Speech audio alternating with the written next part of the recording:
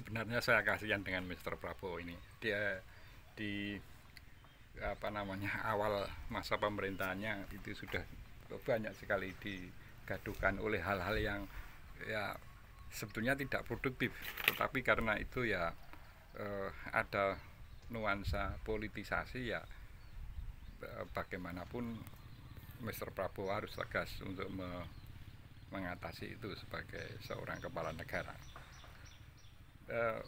Ini terkait dengan Tom Limbong ditetapkan sebagai tersangka oleh Kejaksaan Agung.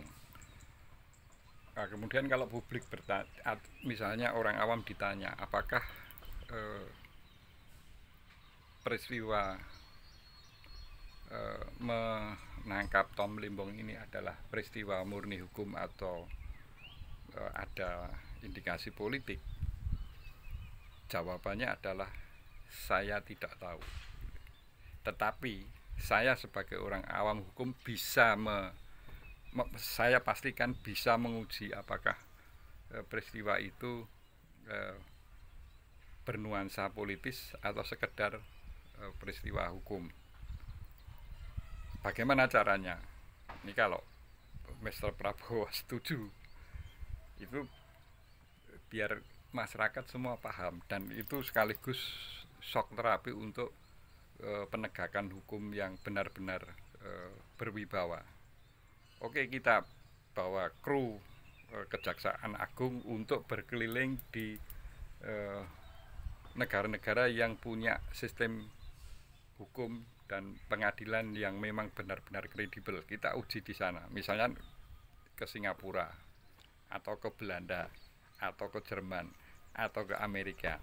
Apakah kasus ini murni peristiwa hukum atau ada kekotoran politik? Masyarakat banyak yang menduga ini adalah peristiwa yang mengandung intervensi politik. Cuma masyarakat kan tidak bisa membuktikan.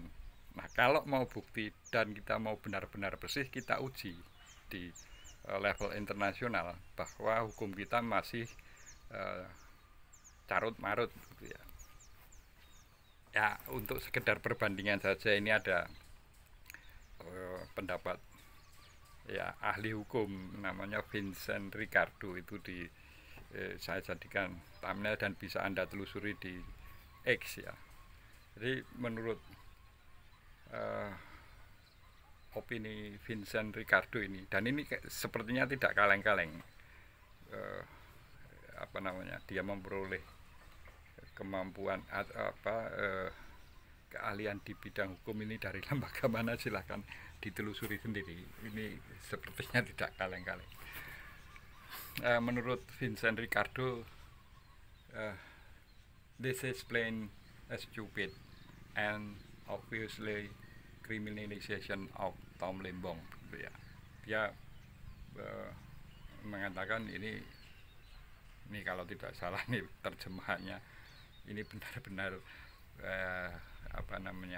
kebodohan atau ketololan yang polos, nyata, blak-blakan begitu, dan kriminalisasi terhadap Tom Limbong. Ya, kriminalisasinya kenapa, artinya itu secara politis seperti apa, ya silahkan dicari sendiri kaitan politiknya seperti apa. Tetapi bahwa kalau Mr. Prabowo ingin menegakkan sistem peradilan, menegakkan hukum, karena ya bagaimanapun kita adalah negara hukum, bukan negara kekuasaan, maka ketika dunia hukum itu rusak, bisa kita bayangkan kerusakan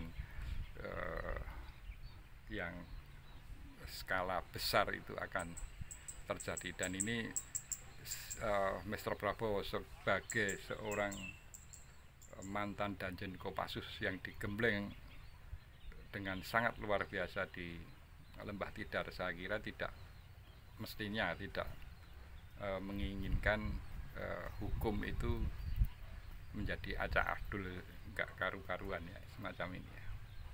Ya, sekali lagi, kalau kita sebagai orang awam yang tidak paham hukum hanya bisa menduga, tetapi kita berani menguji apakah peristiwa itu murni hukum atau ada kaitan politik. Ya dengan cara tadi, ya kita bawa masalah ini ke negara-negara yang mempunyai kredibilitas tinggi di bidang penegakan hukum.